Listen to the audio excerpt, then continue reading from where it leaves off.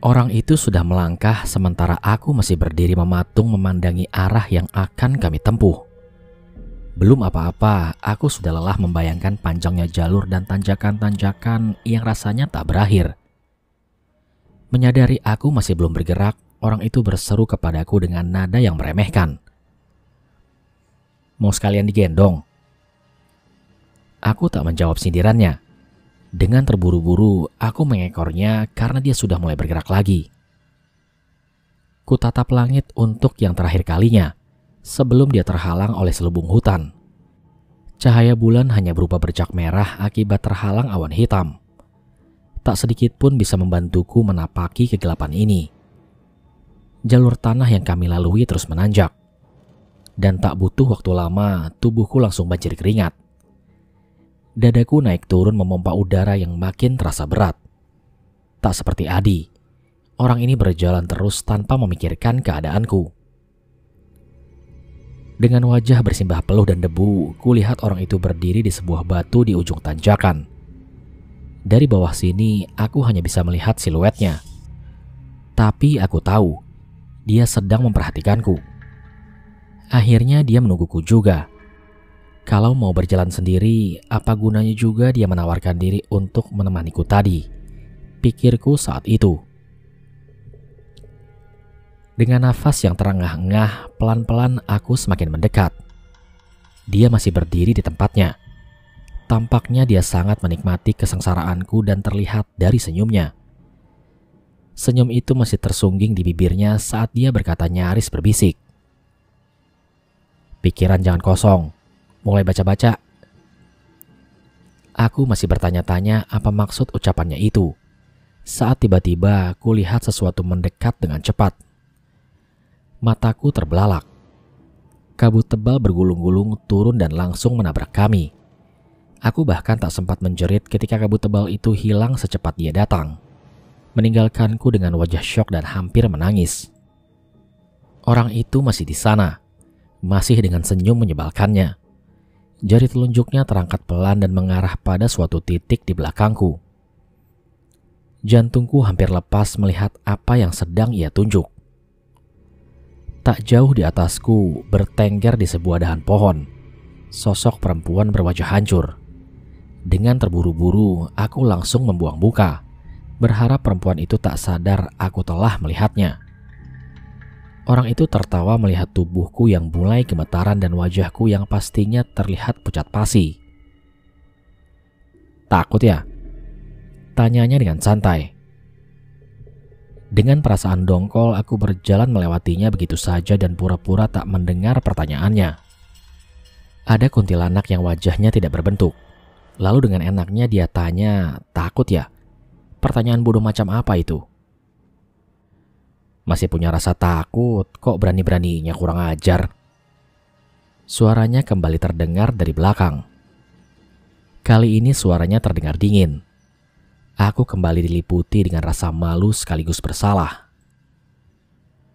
"Di mata kalian, Gunung Cermai ini cuma tempat piknik, tempat melepaskan stres dan rutinitas. Lalu kalian datang ke sini membawa semua kesombongan kalian, ketawa ketiwi, berjalan dengan gaya so elegan, melewati orang-orang yang kalian anggap udik di kaki gunung ini, menikmati setiap tatapan polos mereka. Begitu kan? Kalian berpikir, kami pasti iri dengan kehidupan kalian. Itu salah. Kami muak dengan kesombongan kalian. Sudah banyak tragedi yang terjadi di sini. Tapi kalian para manusia gak sedikit pun ngambil pelajaran." Orang itu berbicara panjang lebar. Aku hanya bisa menunduk. Setiap kalimatnya seperti silet yang menyayat-nyayat hati. Semua yang ia katakan adalah benar. Sambil terus melangkah, aku menunggu hinaan apa lagi yang akan ia lemparkan kepadaku. Namun beberapa waktu berlalu, dia hanya diam. Mungkin memberi waktu agar kata-katanya barusan meresapi di hatiku. Suara langkah kakiku terdengar semakin berat dan ulu hatiku terasa nyeri. Beberapa kali aku harus berhenti cukup lama untuk memulihkan kondisi. Jika aku berhenti, maka orang itu juga ikut berhenti tak jauh di belakangku. Kuperhatikan tak sebutir keringat pun terlihat di wajahnya. Dan dengan rokok yang terus sambung-menyambung itu, nafasnya pun terlihat biasa. Sejujurnya, aku kagum dengan kondisi tubuhnya. "Apa? Takut lagi?" tanyanya dengan nada menghina. "Enggak," jawabku dengan ketus. "Gua kasih tips biar lu gak jadi penakut kayak anak kucing," katanya pelan sambil mengembuskan asap rokoknya ke wajahku. "Biar lu gak takut, lu harus pura-pura gak takut." "Emang gak takut?" jawabku lebih ketus lagi sambil kembali bergerak. Orang itu benar-benar menganggapku anak kecil, pikirku dengan sewot. Namun baru satu langkah maju, tubuhku langsung membeku. Bagaimanapun aku menahan, lututku tetap gemetar. Perempuan-perempuan bergaun putih kusam terlihat di setiap tempat, bergantungan di dahan pohon, mengintip di balik pohon, menyembul di antara semak. Tenggorokanku mendadak kering. Tak satu patah kata pun bisa kuucapkan. Tubuhku kembali bisa digerakkan saat orang itu lewat sambil menepuk bahuku.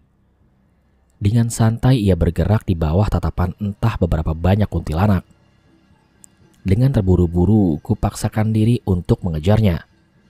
Kusembunyikan tatapanku di balik tubuhnya. Jika saja ada Adi, pasti langsung kutubruk dan menyembunyikan wajahku di ketiaknya. Tapi ia tak ada di sini. Kuntilanak-kuntilanak itu hanya mengawasi kami yang lewat tanpa mengeluarkan suara apapun. Kuntilanak yang berdiri terlalu dekat dengan jalur menghilang setelah dengan santainya orang itu menyemburkan asap rokok ke wajahnya. Orang itu menengok sekilas kepadaku yang tengah bersembunyi di bayangan tubuhnya sambil tersenyum sinis. Gak takut ya?" Perempuan-perempuan berwajah rusak itu tak menghilang, tapi tak juga mendekat hingga kami melewati blok kuburan kuda. Semakin naik ke atas, kabut semakin menebal, mengingatkanku pada perjalanan turun kemarin bersama Adi dan menyadarkanku betapa ia sangat melindungiku. Sekarang keselamatannya bertumpu di bahuku. Aku harus kuat. Aku berjanji akan kuat. Pohon-pohon tinggi menjulang di mana-mana. Rantingnya yang kurus saling memilin menutupi langit malam. Beberapa pohon yang lebih besar berdiri agak jauh di balik kabut. Tiba-tiba sesosok wajah putih mengintip di sela pohon besar itu. Jantungku jelas melonjak. Rasanya aku tak akan pernah bisa. Lalu telingaku menangkap suara dentuman orang banyak yang sedang berbicara pelan dengan suara rendah. Entah orang itu mendengarnya juga atau tidak, tapi ia tampaknya tak terganggu. Seiring langkah suara-suara itu terdengar kian mendekat. Aku semakin gelisah. Dan kegelisahanku terjawab sesampainya kami di pos pengalap. Di sana, dalam bayangan kegelapan, kulihat banyak sekali orang yang sedang duduk dalam posisi rapat. Mereka tengah sibuk berbicara satu sama lain tanpa memperhatikan kehadiran kami. Banyak dari mereka yang menggunakan karung goni tebal sebagai pembungkus badannya. Wajah dan tubuh mereka jelas, begitupun dengan suaranya. Apa mereka orang-orang kampung di kaki gunung? "Bang, mereka siapa bang?" tanyaku padanya nyaris berbisik. "Orang," jawabnya dengan pendek. "Iya, maksudnya siapa? Lagi apa?" tanyaku lagi dengan sedikit kesal. "Lagi nunggu." Kembali ia menjawab dengan jawaban yang tak kalah pendek. "Iya, siapa? Nunggu apa?" Aku benar-benar gemas dengan jawabannya. "Lu gak akan mau tahu mereka lagi nunggu apa?" jawabnya dengan suara yang terdengar sedikit gemetar. "Udahlah, jalan aja. Hormatin orang yang sudah gak ada." Aku tersentak mendengar jawabannya. Jadi mereka semua bukan manusia. "Lu khawatirin aja nasib lu sendiri," tambahnya dengan ketus. Orang-orang itu seakan tak melihat kami. Mereka terus saja berbisik-bisik sementara kami melangkah di depannya. Semakin jauh suara mereka yang terdengar seperti dengungan perlahan mengecil dan menghilang. Selain suara nafas dan langkahku, hutan kembali sunyi. Lu kan penakut. Saran gua mending lu tutup mata aja nanti, ucap orang itu kepadaku. Bulu di tubuhku meremang mendengar ucapannya barusan. Pertanyaan berseliweran di benakku. Ada apa? Siapa? Dan kenapa harus tutup mata? Sabar ya, nanti, katanya lagi kepadaku. Di mana? Tanyaku dengan detak jantung yang mulai tak karuan, yang hanya dijawabnya dengan pelan. Tanjakan Seruni. Perempuan-perempuan bergaun putih kusam itu terus muncul di mana-mana. Namun ada sesuatu yang kusadari. Mereka tak pernah mendekat atau mencoba mencekikku seperti yang kutonton di film-film lama. Gangguannya hanya sebatas muncul lalu menghilang, ditambah suara-suara tangis dan tawanya. Aku hanya bisa bertanya-tanya sendiri, apakah memang mereka seperti itu atau karena kehadiran orang ini yang menahan mereka untuk tak mencabik-cabikku. Dari belakang ku pandangi orang itu yang sedang menyambung lagi rokoknya. Siapa orang ini sebenarnya? Tapi mengingat caranya berbicara yang menyebalkan membuatku malas untuk bertanya.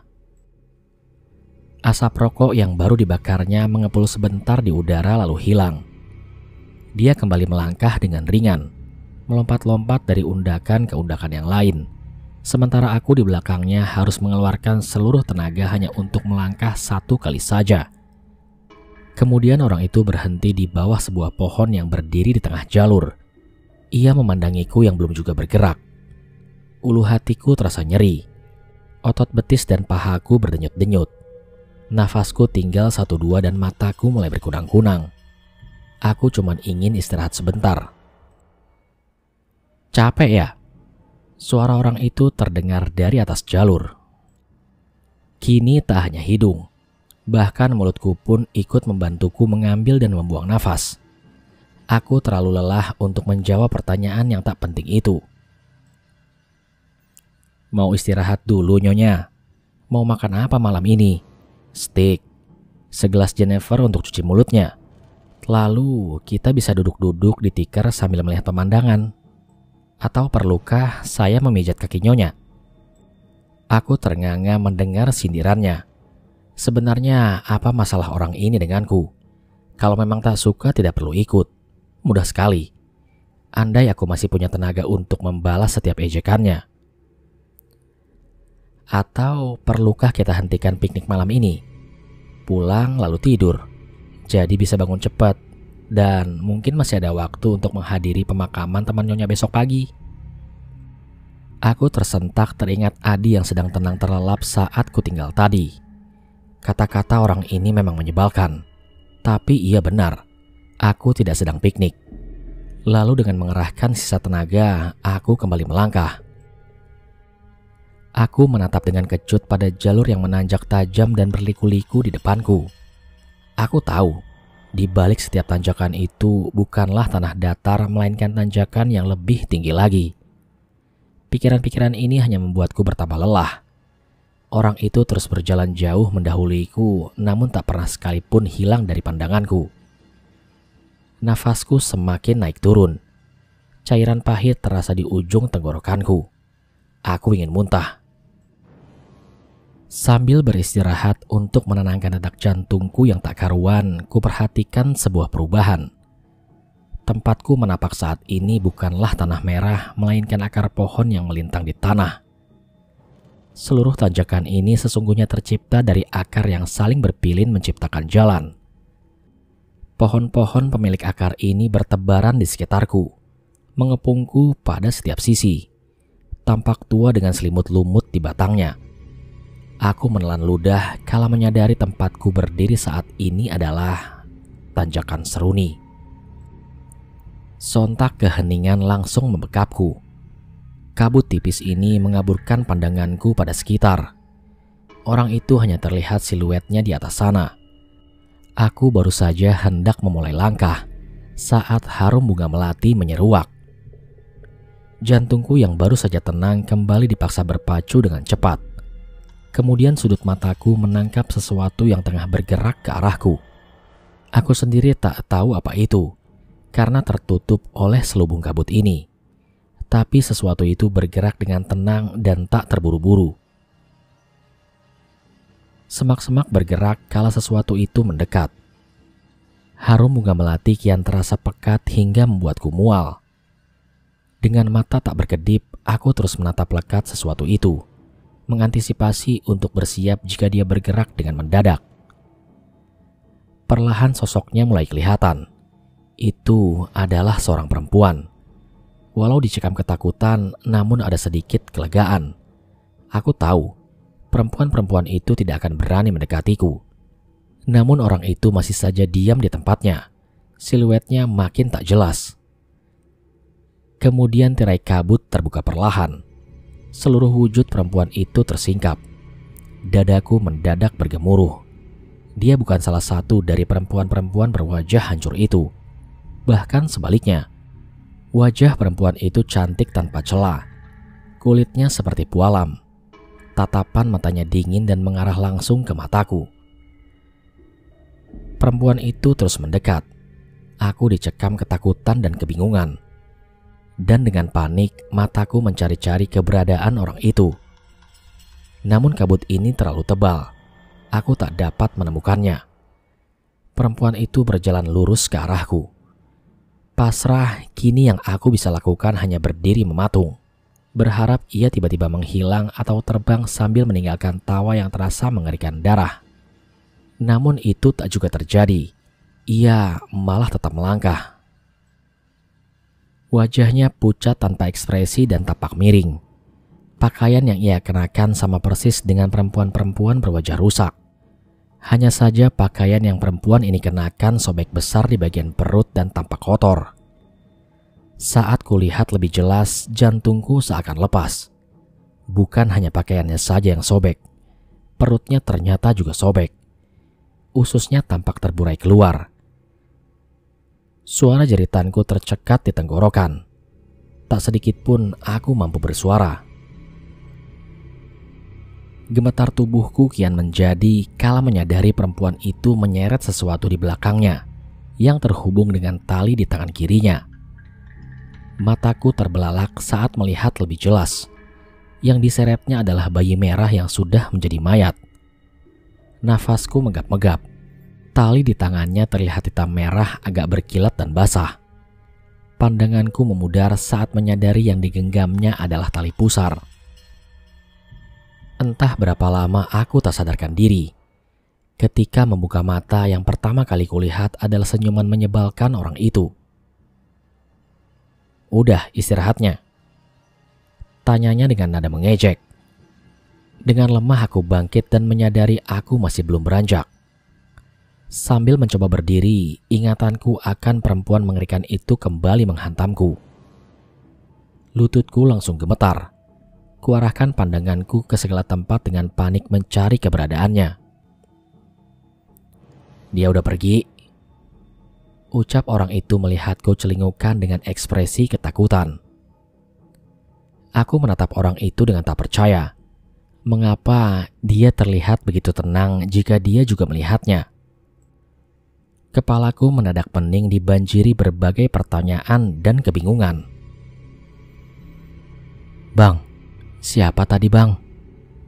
tanyaku dengan pelan. Bahkan mengingatnya kembali langsung membuatku gagap.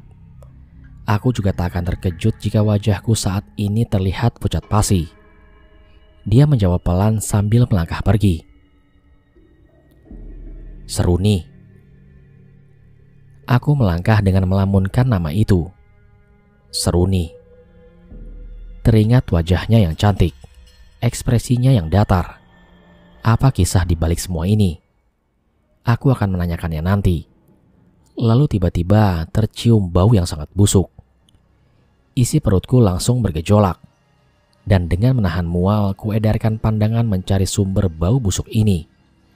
Bahkan di atas dahan, tak ada juga di balik pohon, juga di antara semak. Tak menemukan yang kucari membuatku makin panik. Aku tak ingin apapun itu tiba-tiba muncul di depanku. Penampakan perempuan itu muncul kembali di benakku, namun langsung kusanggah. Bukan, ini bukan harum melati.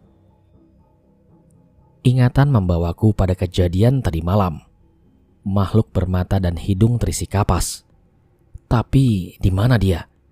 Jangan-jangan tepat di belakangku. Dengan leher yang terasa kaku, pelan-pelan kutengokkan kepalaku sambil menyiapkan diri untuk kengerian yang akan terjadi. Dan ternyata kosong. Hanya kabut kelabut tebal di belakangku. Tak ada apapun. Tapi bau busuk itu kian terasa makin dekat. Kengerian mencengkeramku kala menyadari bau busuk ini makin mendekat bersama kabut. Dengan kaki tertancap di tanah, aku hanya bisa gemetar menatap sesuatu yang terus bergerak itu. Keringat dingin membanjiriku. Tenggorokanku mendadak kering. Kabut tersibak mendadak. Dan mataku terbelalak. Rombongan orang-orang dengan wajah yang juga pucat tanpa ekspresi. Rombongan terdepan sudah melewatiku, namun ujung barisan ini masih belum terlihat terhalang kabut pekat. Sementara bau busuk itu makin menguat. Darahku seakan mengering mendadak kala melihat apa yang sedang diusung orang-orang ini dengan hikmat. Sebuah keranda mayat. Dari situlah ternyata sumber bau busuk ini. Jenazah dalam keranda itu miring ke kiri dan ke kanan mengikuti langkah orang-orang itu mendaki tanjakan. Sontak wajahku menjadi pucat. Mataku tak mempercayai apa yang kulihat saat keranda itu berdiri tepat di depanku. Tak ada yang lain yang kuharapkan selain semua ini hanyalah mimpi. Jenazah dalam keranda itu tak lain adalah Adi. Tak lama punggung terakhir orang-orang itu lenyap ditelan kabut. Begitupun dengan jenazah Adi. Jelas saja aku langsung ambruk ke tanah. Dadaku serasa sesak dan sakit. Aku sudah tak peduli lagi nyeri di perutku. Segala sakit di tubuhku ini aku sudah tak peduli. Semua ini tiba-tiba menjadi terasa sia-sia. Kemudian orang itu berdiri di depanku. Rokoknya terselip di bibirnya. Kupejamkan mataku yang tak mau berhenti mengeluarkan air mata. Bersiap untuk mendengarkan caci makinya, sindirannya, atau bahkan ledekan amarahnya. Aku sudah siap. Ingat gak omongan gue tadi di bawah? Suara orang itu terdengar lembut tak seperti biasanya. Aku membuka mataku dan melihatnya tengah menghisap dalam rokoknya. Setan akan terus mengganggu dengan berbagai cara. Kalau hanya penampakan gak mempan, mereka akan merubah strategi. Menipu, memfitnah, menjatuhkan iman, menghancurkan mental. Sambung orang itu lagi. Bang, Adi bang. Ucapku di antara isak tangis. Tujuan lu udah deket. Mereka gak akan nyangka kalau lu ternyata lumayan juga. Gak mempan dengan cuma sekedar penampakan. Jawabnya masih dengan nada lembut yang sama. Jadi keranda Adi tadi? Suaraku bergetar dipenuhi harapan. Terus lu percaya? Tanyanya dengan santai. Orang itu kemudian kembali menghisap dalam rokoknya sebelum ia kembali menambahkan. Jangan pernah percaya pada setiap tipu daya setan. Aku menangkap dengan jelas maksud ucapannya. Beban berat seakan lepas begitu saja dari tubuhku. Aku sungguh-sungguh bersyukur orang ini ada bersamaku saat ini. Udahlah nangisnya, buruan berdiri, ayo jalan lagi. Ucap orang itu. Nada ketusnya sudah kembali. Entah mengapa aku merasa gembira mendengar nada itu kali ini. Semangatku boleh kembali, namun ternyata staminaku kembali ambruk di tengah tanjakan Bapatere. Tubuhku bersimbah peluh. Tangan dan kakiku gemetar. Beberapa kali aku terpleset dari pijakan. Entah bagaimana nasibku andai tak sempat berpegangan pada akar. Tak hanya fisik, mentalku pun semakin ciut akibat terus diteror geraman-geraman rendah dan nafas berat harimau di balik selubung kabut. Jika aku selamat dari sini, aku percaya tubuhku pasti akan tumbang berhari-hari. Di ketinggian ini semua jadi serba salah. Istirahat sebentar tubuhku langsung membeku di bekap hawa dingin. Jika bergerak terus, seluruh sendi di tubuhku berteriak. Namun tak ada jalan lain.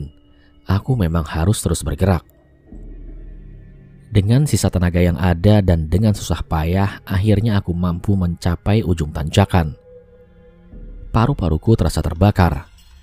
Orang itu tak bergerak seperti biasanya yang ia lakukan jika aku sudah mendekat. Mungkin memberiku waktu untuk memulihkan staminaku yang sudah di ujung tanduk. Dengan nafas megap-megap, kubaringkan tubuhku di tanah. Kilasan peristiwa sejak kemarin berputar kembali dalam benakku. Mengapa aku melakukan perbuatan sebodoh kemarin? Kenapa harus Adi yang menerima imbasnya? Kenapa bukan aku saja? Jika terjadi sesuatu pada Adi, aku tak akan bisa memaafkan diriku sendiri. Kulirik orang itu yang sedang duduk di sebuah batu, masih dengan rokok di tangannya. Lalu orang ini muncul di tempat dan waktu yang sangat tepat. Siapa orang ini sebenarnya? Kenapa dia mau menolong orang menyebalkan sepertiku? Dan diriku sendiri, yang lebih baik menahan pipis hingga pagi daripada harus ke kamar mandi jam 2 pagi. Sekarang tiba-tiba harus masuk ke perut Gunung Ciremai seorang diri. Aku sendiri sukar memahami. Adi pasti tak akan percaya saat aku menceritakan ini besok. Bang? Apa? Jawabnya cepat tanpa melihatku. Angin dingin mengalir lembut mengelus pipiku ketika aku bingung bagaimana untuk merangkai kata. Maafin gua bang, semua karena gua. Aku tak mampu melanjutkan kalimat yang sudah susah payah aku rangkai dalam kepala. Air mataku keburu tumpah. Akhirnya, orang itu menjawab pendek saja. Gua hilaf kemarin bang, sama sekali bukan kesengajaan. Ucapku lagi berusaha menjelaskan mengapa aku melakukan hal bodoh itu. Orang itu menggeleng-gelengkan kepalanya. Masih tanpa melihat kepadaku, ia pun berkata, bukan, perbuatan lu kemarin cuma akibat. Penyebab utamanya udah bersama lu bertahun-tahun. Apa itu bang? Tanyaku tak mengerti. Kesombongan lu, jawab orang itu. Aku mengangguk pelan dan mengamini ucapannya. Aku kenal diriku sendiri. Manusia itu makhluk yang diciptakan paling sempurna, paling mulia. Tapi kemuliaan kalian itu gak lantas menjadikan kalian berhak sombong terhadap makhluk lainnya. Ucapnya dengan datar. Kesombongan udah banyak menjatuhkan manusia paling besar, paling kaya, paling beriman. Kesombongan membuat mereka lebih arogan, sok berkuasa, bertindak semaunya. Sama sekali gak sadar kehancuran sudah mendekat di balik punggungnya. Apalagi kita bukan siapa-siapa. Kita gak berhak buat sombong.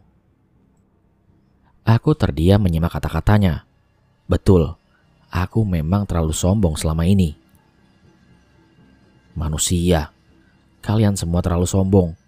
Sebenarnya apa sih yang kalian cari? Gumamnya dengan pelan. Entah ditujukan pada siapa kata-kata itu. Aku mengikuti arah pandangnya ke bawah sana. Dan tiba-tiba jantungku langsung tercekat. Tepat di bawah tanjakan ini terlihat beberapa orang berpakaian compang-camping tengah berlutut. Mimik ketakutan dan putus asa terlihat di wajah mereka. Aku bahkan seakan mampu merasakan gemuruh di dada mereka. Lalu dari balik kabut mendadak muncul seorang tentara Jepang dengan pedang di tangan kanannya. Dan tanpa aba-aba langsung memenggal kepala orang itu satu persatu. Aku memengki ketakutan melihat adegan mengerikan itu. Namun orang itu tak bereaksi apapun. Dia hanya menatap itu dengan diam. Tubuh tanpa kepala itu tumbang, lalu menghilang. Bagai pemutaran film, adegan berganti dengan kengerian yang lain. Kekerasan manusia atas manusia lain, kesakitan, juga kematian. Gambar-gambar itu tumpang tindih menampilkan kejadian di tempat yang sama, namun dari berbagai masa yang berbeda. Semua darah dan air mata itu hilang dalam sekejap. Keheningan dan kabut kembali mengisi setiap sudut. Bapak Tere kembali menjadi keadaan semula. Kemudian orang itu mengapit lenganku. Sudah waktunya untuk bergerak. Aku berjalan dalam diam. Pemandangan mengerikan tadi membuatku tertekan. Dan aku terlalu takut untuk bertanya apakah semua kejadian itu nyata. Aku mengedarkan pandangan. Hutan dan setiap penghuninya selama ini mungkin telah menjadi saksi kebengisan dan ego-ego manusia. Tiba-tiba angin mendadak hilang. Begitupun suara-suara serangga malam. Kengerian kembali mencekam di benakku. Keringat dingin menetes dari dahiku. Aku tahu perasaan ini. Pasti ada sesuatu yang sedang mendekat. Aku mencari-cari ke segala arah dengan panik. Bibirku gemetar dan jantungku mulai keras berdetak. Aku malah makin panik saat menyadari tak ada satu doa pun yang mampu aku ingat. Orang itu berbalik dan memberiku aba-aba agar diam tak bergerak. Aku tak percaya melihat ada sedikit rongga ketakutan di wajahnya. Dia yang biasanya tenang. Aku makin dicekam kengerian. Lalu telingaku seakan menangkap sesuatu. Samar terdengar sebuah alunan, merayap pelan dari kesunyian. Lututku menjadi gemetar. Suara itu kian mendekat dan mendekat. Aura wingit mengambang di udara. Ini adalah suara gending gamelan Jawa. Mendadak tenggorokanku kering, namun kupaksakan bersuara untuk meredam ketakutan. "Bang, seru nih," tanyaku dengan suara bergetar. Wajahku sudah pucat seperti orang mati. Namun ia menggelengkan kepala. Bibirnya juga terlihat sedikit gemetar saat menjawab pertanyaanku. "Itu Nyilinggi." Di tengah kengerian mendadak ini, yang mampu kulakukan hanya berdiri diam dengan kaki yang gemetar seperti yang orang itu perintahkan. Dari atas jalur pendakian, kabut tebal turun bergulung-gulung menelan apapun yang ada di bawahnya. Mataku terbelalak. Jeritanku tercekat di tengah tenggorokan. Suara gending-gending bergaung semakin jelas, diikuti harum bunga kantil yang merebak. Sekejap saja gulungan kabut itu melahap tubuhku dan mengaburkan pandanganku. Ketika kabut itu perlahan menghilang, aku terkesikap mendapati diriku sendiri di tempat yang tak aku kenali. Tanjakan curam di depanku hilang berganti dengan tangga batu dengan ratusan anak tangganya. Jantungku berdegup kencang menyadari aku berdiri di tengah-tengah tangga ini seorang diri. Orang itu juga menghilang. Kuperhatikan sekeliling. Seluruh tempat ini diselimuti kabut kelabu tebal yang bergerak dengan perlahan. Masih ada puluhan anak tangga lagi untuk mencapai puncaknya yang diselimuti kegelapan. Pemandangan yang tak berbeda juga aku temukan ketika aku menoleh ke bawah. Puluhan anak tangga batu berbaris rapi ke bawah tanpa akhir seakan berujung ke perut bumi. Kucubit tanganku sendiri berharap ini tak nyata. Rasa sakit cubitan itu membuat keringatku mengucur semakin deras. Dadaku bergemuruh. Kutahan dengan sia-sia isakan tangisku. Tak ingin mengganggu apapun itu yang sedang melayang kesana kemari di balik kabut atas kehadiranku. Tak ada sedikit pun cahaya bulan yang mampu menembus lubung kabut. Namun tempat ini temaram diterangi cahaya obor yang berbaris dari sisi kanan dan kiri tangga. Satu setiap 10 meter. Api obor itu bergoyang liar tiap kali terhembus aliran angin dingin yang terus turun dari puncak tangga. Angin dingin yang sama membuat lututku tak mampu berhenti gemetar. Dan untuk beberapa saat, aku hanya mampu terpaku di tempatku berdiri. Tak mampu beranjak sedikit pun. Hingga mendadak harum bunga kantil tadi kembali hadir. Perlahan telingaku mendengar sayup-sayup gending gamelan Jawa merambat dari satu tempat di balik kegelapan. Semakin lama wangi bunga kantil itu semakin pekat. Jantungku makin berderap. Dan siapapun pemilik wewangian ini, ia sedang bergerak mendekatiku. Nafasku kian memburu. Apa yang harus aku lakukan? Wewangian ini berasal dari kegelapan di bawah sana. Kutatap anak tangga batu yang akan mengantarku ke atas dengan ragu. Aura kengerian menguar di sana. Seakan ada jari-jari kurus yang siap menjerat jika aku berani mendekat sedikit saja. Satu-satunya jalan hanya menyembunyikan diri di balik kabut di sampingku. Tebalnya kabut itu mengaburkan apapun yang ada di baliknya. Aku bahkan tak dapat melihat apa yang kupijak. Doa-doa kupanjatkan, semoga bukan jurang. Tubuhku sendiri bergidik ketika kuberanikan melangkah. Tebalnya kabut bahkan membuatku tak mampu melihat ujung sepatuku sendiri. Lalu kelegaan yang luar biasa membuncah saat menyadari kakiku menginjak tanah padat.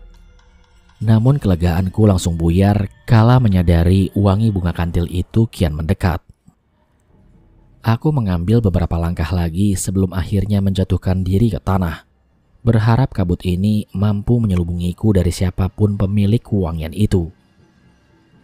Harapan yang tinggal hanya harapan, karena perlahan aku dapat melihat pohon-pohon cantigi mati di mana-mana. Kabut ini menipis dengan cepat. Aku makin ingin menangis saat melihat tangga batu di belakangku dengan jelas. Siapapun yang sedang mendekat juga akan melihat keberadaanku jika aku tak buru-buru mencari tempat persembunyian.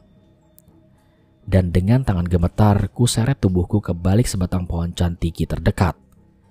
Aku membekap mulutku sendiri agar tak bersuara sambil terus menahan tangisku yang seakan menggedor-gedor dada. Siapapun pemilik wangi bunga kantil itu sudah berada di belakangku.